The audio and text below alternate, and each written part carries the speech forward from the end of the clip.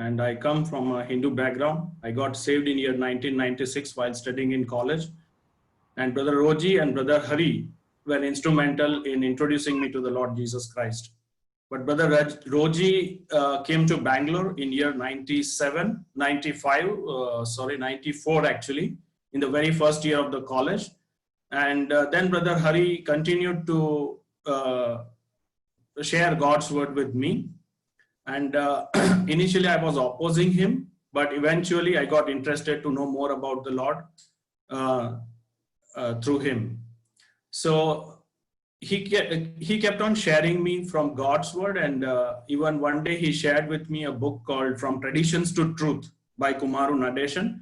And that book, along with, of course, I was reading the Bible, and that book was very influential to me. And eventually I accepted the Lord as my personal Savior and Lord in April 1996. Then I continued with the Ahmedabad Assembly and Fellowship for almost 10 years. And then I moved to Bangalore in year 2006. I work in IT company. Initially, I worked 2 years in another IT company. And since more than 12 years, I work in a company called CGI in Bangalore. I got married to Jerin in 2007. And my children, Elisha, who is a son, is a boy, and he's 12 years old, and Elena, 10 years old. Both are saved and in the Lord. Kindly pray for my family back in Ahmedabad, my brother and sister and their families who are not yet saved. And both my parents are no more. And all other relatives are also, none of them are in faith. And from Jerin's side also, only our family is in faith, but other relatives are not in faith.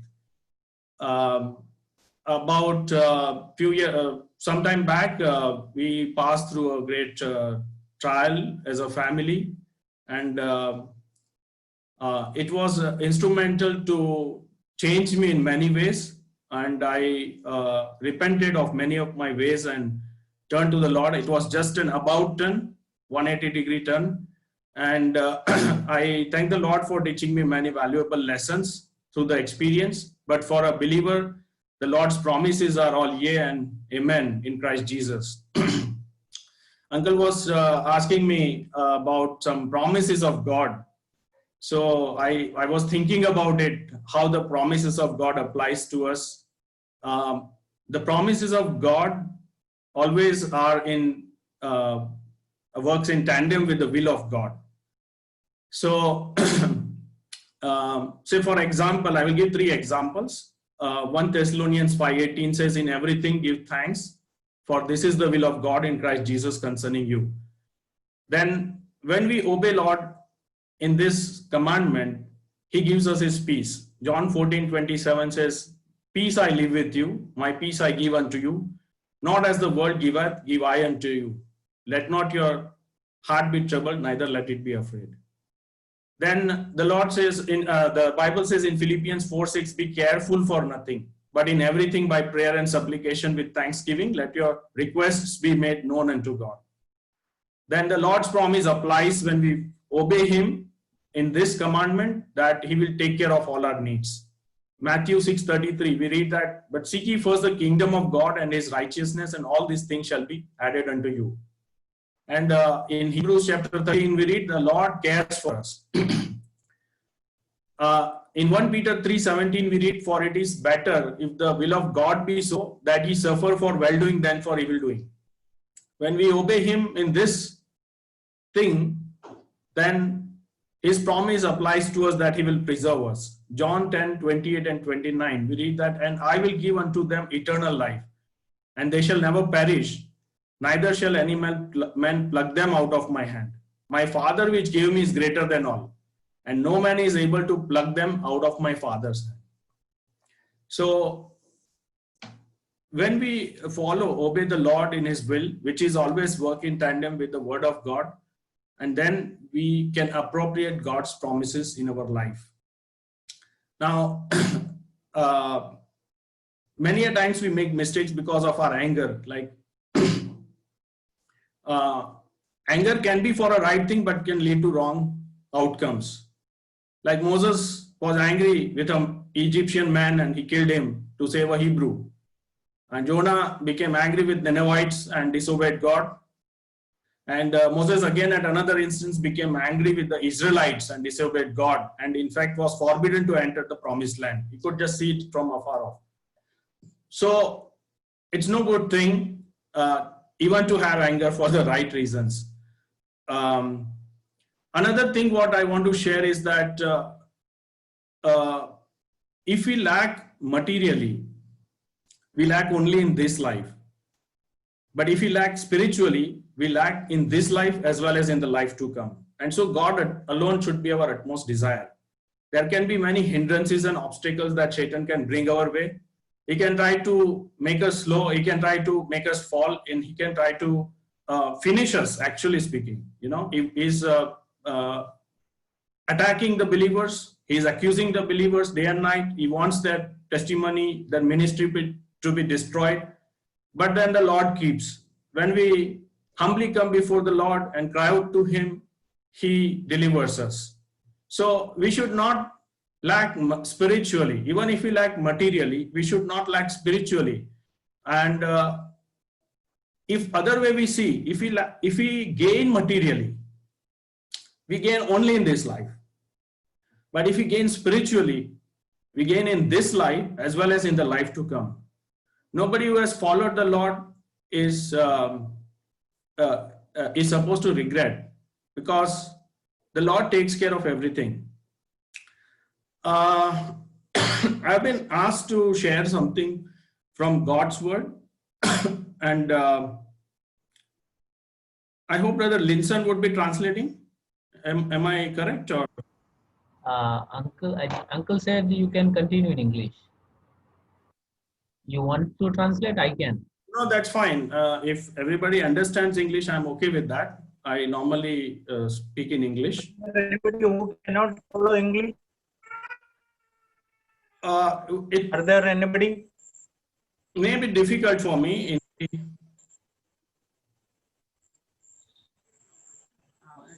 No problem. You can continue. Okay.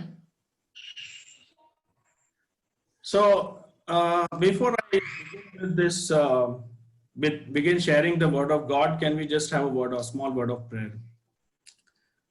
Heavenly Father, we thank you for this evening. Thank you for this great opportunity you have given me and other believers to gather around in this manner online.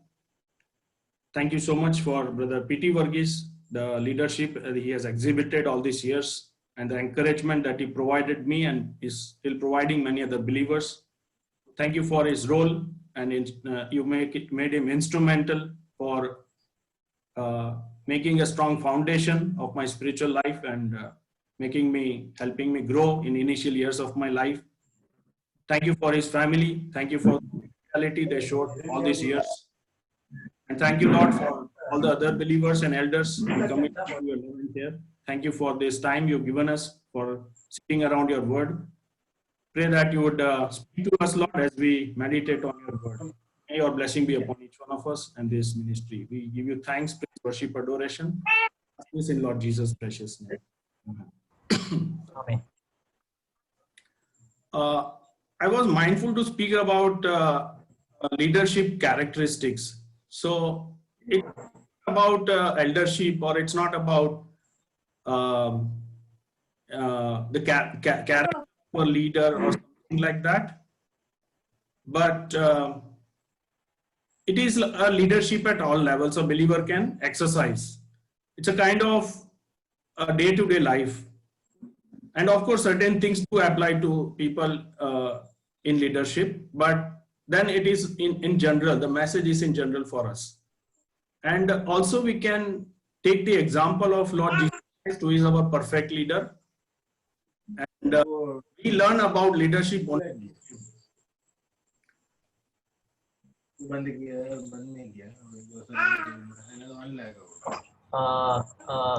Varghese uncle आपका mute कर लीजिए please.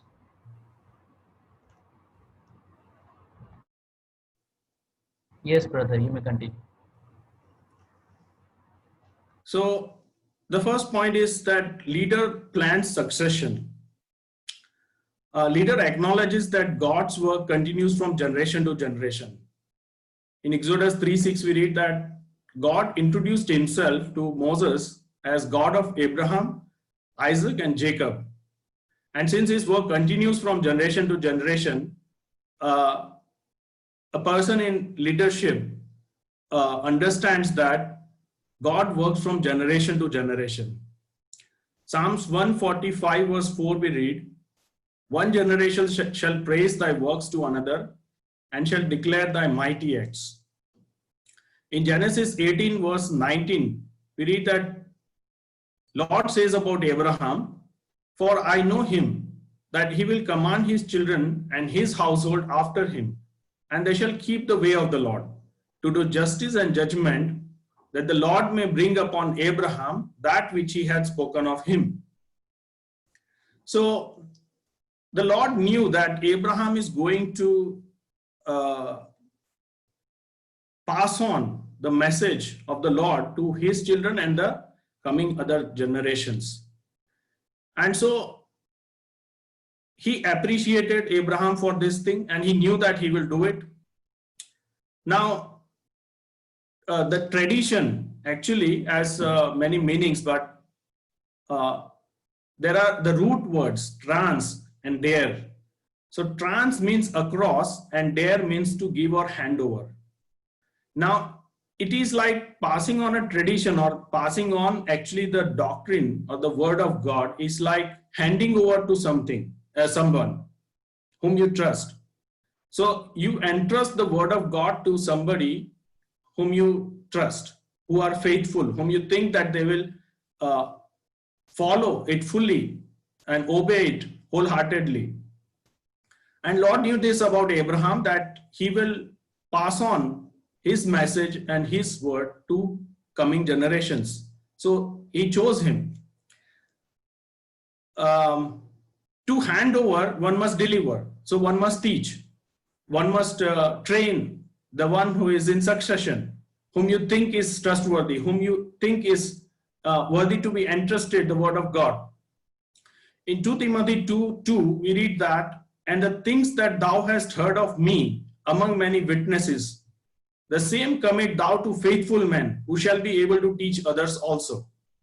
So here Paul is asking Timothy that whatever you have learned of me, you commit it, or transdare means hand over to faithful men, trustworthy people, whom you think they will follow wholeheartedly the word of God, and who are able to teach others also. These are the two things.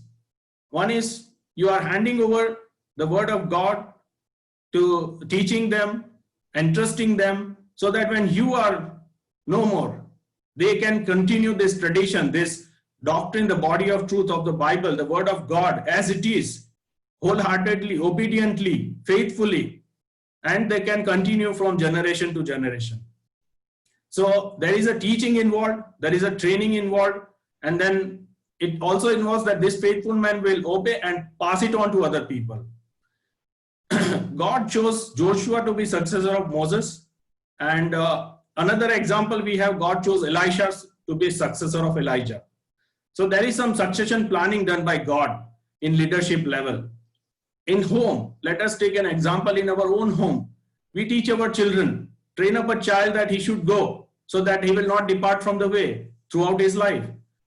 We actually teach our children at home the word of God, so that when we are no more, they can follow the word of God. They can continue this tradition, the body of truth, the truth of the Bible, and in their generation, and then they can again teach it to their children if the Lord tarries to come. In 2 Timothy 1:5, we read about Timothy that only the word grandmother is used only once in the Bible. And it's a wonderful way to be mentioned, in this way. So Paul is saying, when I call to remembrance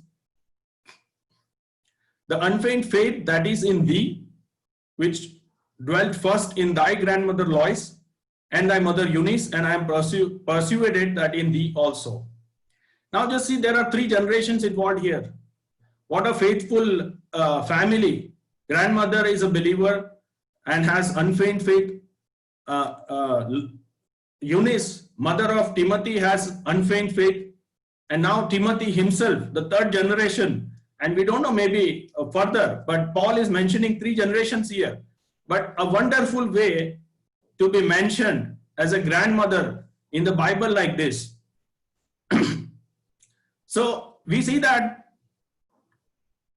the word of God is being passed from generation to generation, and we need to be mindful about it. And this leadership is exercised within the family. We learn, we follow, and then we pass it on.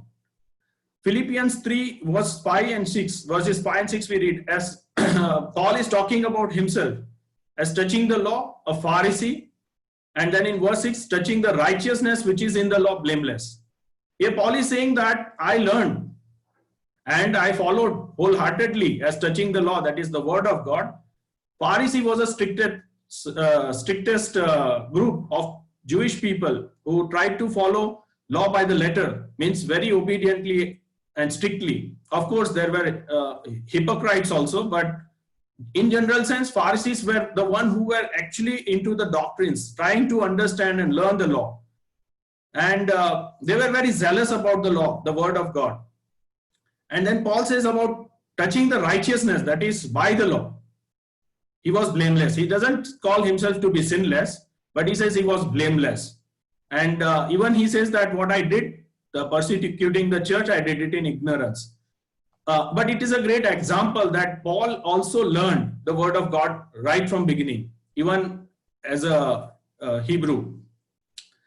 And our Lord is the greatest example right from 12 years of age. Of course, his knowledge was supernatural, but he's our example that at right very young age, he was debating and discussing the word of God with other people in the church, in the synagogue. So there is no barrier to learn the word of God. Age is not a barrier. Even children can be taught the word of God. And right from my son got saved at the age of 8 years, and daughter got saved at the age of 9 years. And sometimes I feel that how good it would be if I was saved earlier. I had no Sunday school, no background of the word of God, exposure of the word of God early in my life, and I got saved only at the age of 20 years. The second point I want to mention is about shepherding, the leader shepherds. Now, shepherding involves feeding and protecting. This can happen at home itself. In John 21 verses 15 to 17, we read that, so when they had dined, Jesus said to Simon Peter, Simon, son of Jonas, lovest thou me more than this? He saith unto him, Yea, Lord, thou knowest that I love thee. He saith unto him, feed my lambs. He said to him again the second time, Simon, son of Jonas, lovest thou me? He said unto him, Yea, Lord, thou knowest that I love thee. He saith unto him, feed my sheep. He saith unto him the third time, Simon, son of Jonas, lovest thou me? Peter was grieved because he said unto him the third time, lovest thou me? And he said unto him, Lord, thou knowest all things. Thou knowest that I love thee. Jesus saith unto him, feed my sheep. Now there is a lot of play of words around here. Initially, the Lord asks whether you love me spiritually, means agapeo. He uses the word agapeo. Do you love me spiritually? There are 3 words, actually 4 words in Greek language, and 3 are mentioned in the Bible. So storge is a family love, and eros, which is between husband and wife, and agapeo, which is a spiritual kind of love, and phileo, which can be between friends. Now, he is asking Simon whether you love me more than this. The Lord expects that we love him more than anything else. And then when we do that, he has a responsibility for us.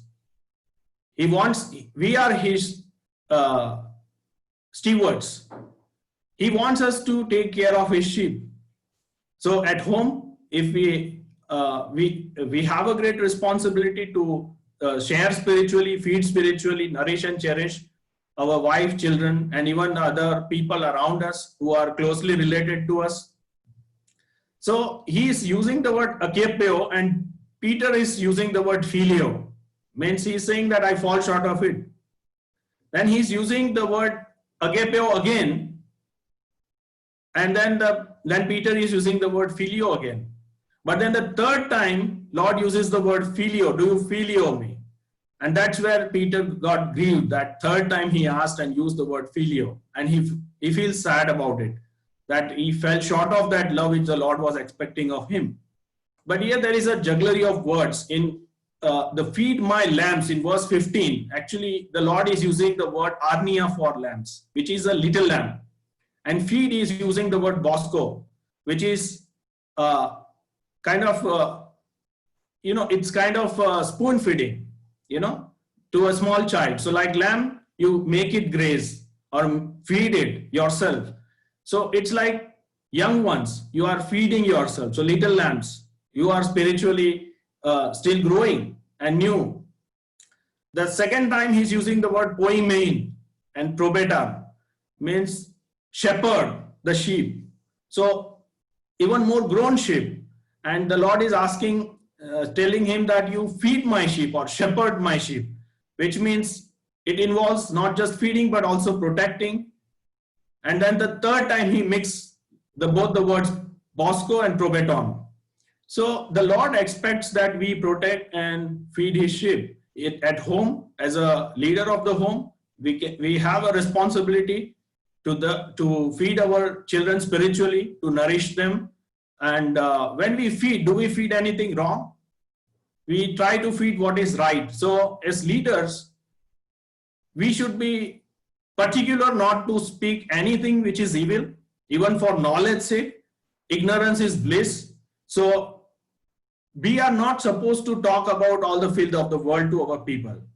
We think that we can make them aware about it. Maybe it's good for their knowledge. They will be careful regarding this, but it's not required sometimes. So when we feed, we try to feed something spiritual. We don't try to talk about all the faults of the people or the things other people are doing wrong. We try to speak something which is good, something which is noble, something which is praiseworthy. Then the third point, and also this makes us realize how our Lord feeds us, how our Lord cares for us, and how our Lord protects us. He's our perfect leader, our perfect example in all these aspects. Does the Lord give anything bad or not good to us? He always gives what is good for us, not what is bad for us. Third thing is leader suffers opposition. It can be in many ways. It can be in home. Like the Lord says that a prophet is not welcomed or accepted in his own home. Now, my relatives are unbelievers. When I try to share gospel, even now they are not open. They are not accepting it. They have their own life. They are doing better than me, actually. So even early days, Uncle BT knows, actually, he was also, because of my faith, when I came to the Lord initially, he had to suffer. He was also summoned by my father once, and both Uncle Godly and Uncle PT were called home, and my father had opposed them, and somehow prayerfully things settled down. So opposition is inevitable, either from believers or unbelievers. And who would like to hear discouraging and nagging words all the time from fault finders, right? It becomes very toxic relationship. But then how we handle it is a great deal of matter. So leader suffers opposition. Luke 9:54 and 55, we read, and when the disciples, James and John, saw this, there is an incident behind it. Actually, some of the people did not receive the Lord and his disciples, and then James and John, they said, Lord, wilt thou that we command fire to come down from heaven and consume them, even as Elias did? But the Lord rebuked them. He turned and rebuked them and said, ye know not what manner of spirit ye are. So there is a kind of a spirit also that makes you think like this. If you are influenced by that spirit, you may think like this. Whoever opposes me, let him die. Let him be burned. Let him be finished. Let him go to hell. But that's not what our Lord wants. So how we handle opposition matters a lot. Many times I have made mistakes only because I did not handle opposition correctly in the right spirit. In 2 Timothy 3:12, we read that, yea, and all that will live godly in Christ Jesus shall suffer persecution. So this is from unbelievers. When we go out to share the gospel, we cannot expect that they will love us, they will welcome us. It may happen, praise God, but it may not happen. We may be fired, we may be, put on the line, and we may be persecuted. Somebody may complain against us. It is possible. Of course, we have a constitutional right to preach, but we may face opposition. 3 John 1:9 and 10, we read, I wrote unto the church. That is, John is writing, Apostle John is saying, I wrote unto the church, but Diotrephes, who loveth to have the preeminence among them, receiveth us not. Here there is a personality. He has an attitude. He loves preeminence. He is a believer, so-called, maybe, but he does not receive the apostles and other believers. And they are not showing hospitality. They do not allow others to come and visit the church, share the word. So there will be people like that. There is a way to handle this situation. In 1 Peter 2:15, for so is the will of God, that with well-doing ye may put to silence the ignorance of foolish men. There will always be people who support you, and there will always be people who oppose you. So even during this time kind of persecution or opposition, if we deal with it in a rightful spirit, then we can put the opposers to silence. See, God has given eyes and ears to other people. They have their own opinions. They argue, they debate. They may not agree with us, what we have to say. But then they have their own reasoning. We cannot change them, but God can. And we need to pray and ask for courage to accept the opposition. Seek God's grace so that we can handle opposition and persecution in a rightful manner. As I said earlier, anger can be for right reasons, but can lead to wrong outcomes or consequences. See how our Lord is an example to us here also. He was persecuted. He faced opposition from other people. In fact, from his own family also, his brothers and other siblings. He was not welcomed in many places. He was not received as a prophet. In fact, people spoke all sort of wrong things about him. He was accused very badly, and in fact accused wrongly. He did not do anything wrong, and yet finally he had to suffer even the cross for our sins. So our Lord handled opposition in a very wise manner. Be wise like serpent and harmless like a dove. We sometimes are wise like serpent but are not harmless like a dove, and both these things need to be balanced in our life when we face situations like this. The fourth thing I want to share is leader works in sync with other leaders. So in Philippians 4:3, we read that, and I entreat thee also, true yoke fellow, help those women which labored with me in the gospel, with Clement also, and with other my fellow laborers, whose names are in the book of life. Then in Philemon, there are 4 names written. And what a blessedness to have the names written in the Bible like this. Philemon 1:24. Marcus, Aristarchus, Demas, and Lucas, my fellow laborers. Paul, who was such a great apostle, who was a spiritual giant, he mentions these 4 names in Philemon because he considered them worthy as fellow laborers. He worked in sync with them. He worked in cooperation with them. And thus they made their way. Their names made the way in the Bible. Colossians 4:11. And Jesus, which is called Justus, who are of circumcision, these only are my fellow workers unto the kingdom of God, which have been a comfort unto me. Psalm 133:1 we read, behold how good and pleasant it is for brethren to dwell together in unity. Now, in Romans 12:18, there is another aspect of unity. It says, if it be possible, as much as lieth in you, live peaceably with all men.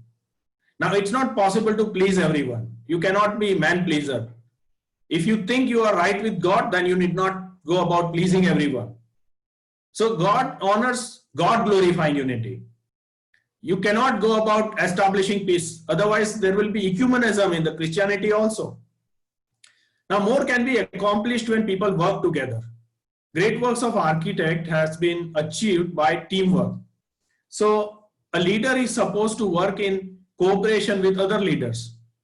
Now, Babel was a very good example of unity, but that unity was not God glorifying. And finally, we know what happened. Now, we cannot operate independently even as a leader. We need support and fellowship of other leaders. In a family, husband and wife works together to bring up children. And in many other ministry areas, they work together. Sometimes a leader may need advice of other leaders and work in sync with them, who are working in sync with him.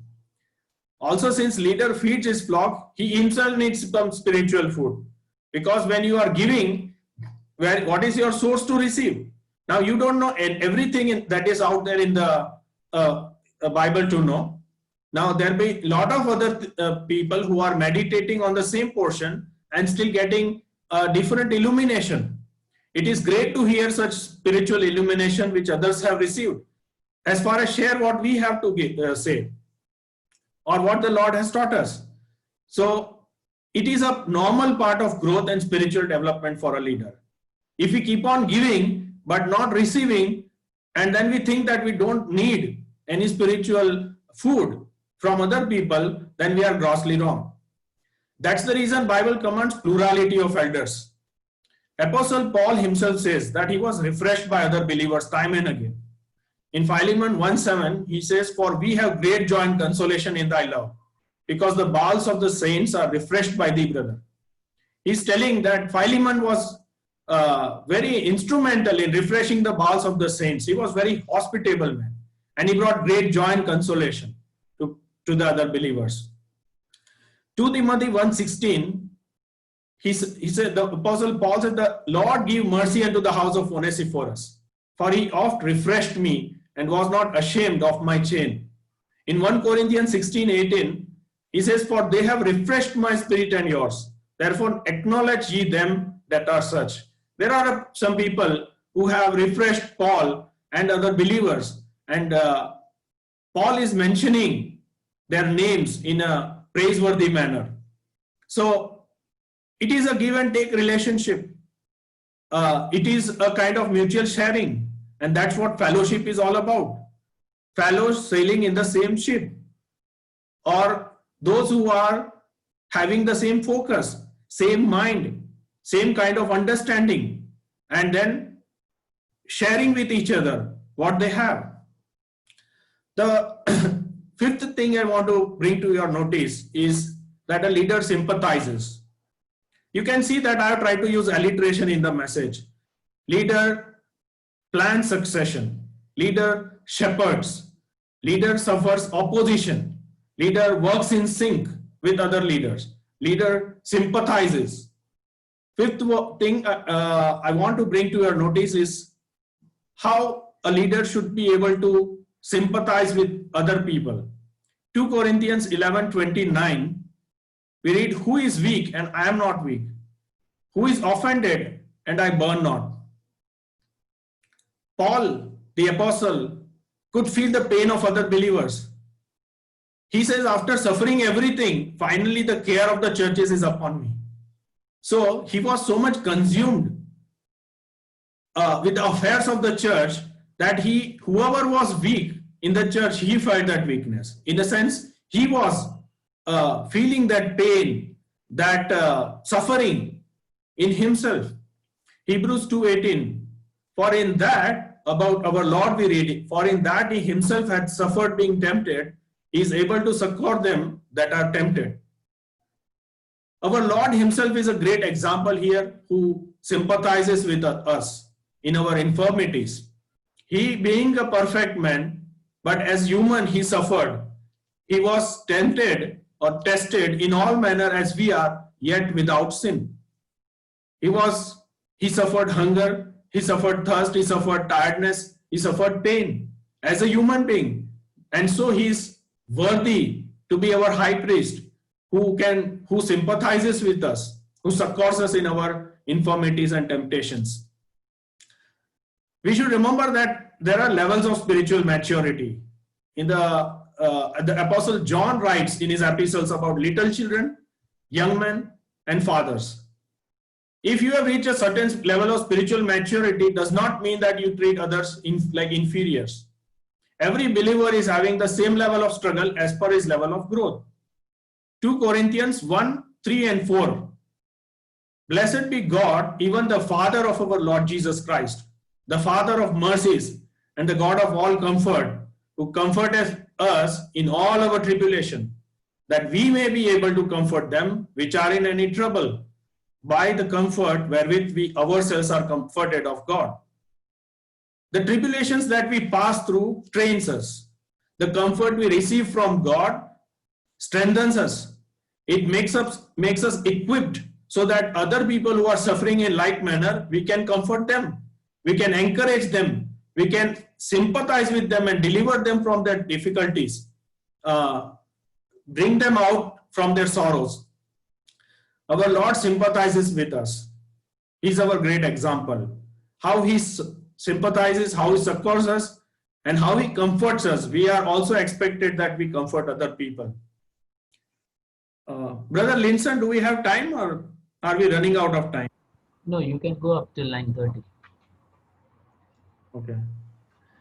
The sixth point that I want to share is leader sacrifices. Here again, I will use the word S only. 2 Corinthians 11, 23 to 28. Are they ministers of Christ? I speak as a fool, I am more. In labors more abundant, in stripes above measure, in prisons more frequent, in deaths often. Of the Jews 5 times received I 40 stripes save one. Thrice was I beaten with rods, once was I stoned, thrice I suffered shipwreck. A night and a day I have been in the deep. In journeyings often, in perils of water, in perils of robbers, in perils of mine own countrymen, in perils by the heathen, in perils in the city, in perils in the wilderness, in perils in the sea, in perils among false brethren, in weariness and painfulness, in watchings often, in hunger and thirst, in fastings often, in cold and nakedness. Beside those things that are without, that which cometh upon me daily, the care of all the churches. Apostle Paul is describing his sufferings. He in fact says that whatever was lacking or not lacking, I would say that it's an extension. His sufferings are an extension or kind of an exhibition of the Lord's suffering. He says that I also have taken much pain and suffering for the church because the Lord gave him this responsibility to preach the Gentiles, and he undertook this responsibility. He suffered for the church, to build up the church, to build up the believers. Our Lord is the greatest example of suffering and sacrifice. He who was perfect, he who was equal with God, he who thought it not robbery to be equal with God, who was God, who was with God, who was from the beginning. He humbled himself. He came down on earth, God incarnate in flesh, image of invisible God, immortal God. He died on the cross. He was buried, not just died, but buried. He says, as Jonah was in the belly of the fish 3 days and 3 nights, so shall the Son of Man be 3 days and 3 nights in the heart of the earth. Now this burial means he was laid in a sepulchre, but his holy body did not see corruption. But he suffered for us. He sacrificed his very life for us. But hallelujah, he rose again from the dead, defeating death, sin, Satan, and even help. And even as leader of the home, we have our sacrifices to make. We have our burdens to bear. Seventh point I want to bring to you is leader serves. Now I see many videos nowadays during lockdown, how husbands, escape from the household chores by pretending that they are busy at work. They are in a meeting or something like that. But these kind of things can get into your head subconsciously. So when you come across any such thing, be mindful. Be wary, dear brethren. It's a danger. Actually, we are supposed to serve one another. Matthew 23:11, we read, but he that is greatest among you shall be your servant. Now, servant doesn't mean that, the Lord, he came to minister unto us. Doesn't mean that he would, you expect somebody to mop the floor and do things. That kind of, it's the attitude of the heart. It is a servant-mindedness where you are willing to go extra length for another person to help that person. Matthew 20:28, we read that even as the Son of Man came not to be ministered unto, but to minister and to give his life a ransom for many. The Lord himself exhibited that how he became lowly and humble in washing the feet of his disciples, how that he came to serve. He gave an example by this attitude, by this exhibition of this act, that he came to serve. He was the master, the Lord of all, and yet he humbled himself and he exhibited that he came to serve by this act. If you want to be, there is a good chorus that says, if you want to be great in God's kingdom, learn to be the servant of all. Serving can not only mean just, as I said, mopping and things like that. It's what we expect, the maid of the house to do. But you don't expect your elder or your leader to come home and do mopping for you, right? But it is even the prayers that he makes for you, the leader in the church who teaches you, who ministers God's word to you, that itself is an act of service. Serving can involve hospitality, providing encouragement, helping in time of need, and share spiritually. Now, this we can serve at home. Actually, the best example of serving is at home, where husband and wife serves each other. Maybe help in cooking. It's not wrong. Help in household chores. Maybe do mopping, grooming, anything. What all the videos which are being circulated nowadays can get into your psyche, in your subconsciousness, and really corrupt your mind. So we need to be, as believers, brethren, very careful that it's not just the role of wives that she would do household chores, cooking, and husband need not do it. Husband can share household chores. He can do cooking. He can do brooming and mopping. It is a best example of serving. The serving begins at home. And our Lord is the perfect example who teaches us how he came to serve and not to be served. So with these 7 points, I would like us to think and meditate and help the Lord, the Lord help us that we can practice this in our life. Leader plan succession, how that we have to teach the word of God to our children. Leader shepherds, how that we have to feed them, teach them spiritual and right kind of food, not anything wrong should get into their minds, how we should protect them. Leader suffers opposition, how we deal with the opposition that arises. Leader works in sync with other leaders, how that we need help of other people around us who are also equally spiritually mature. Leader sympathizes, how that we need to be empathetic towards other people who are in need and in trials, passing through different trials, and how we can comfort them. Leader sacrifices, there are burdens to bear and sacrifices to make, even at home and otherwise in the church. And leader serves. Finally, how that this leadership is a kind of servant leadership.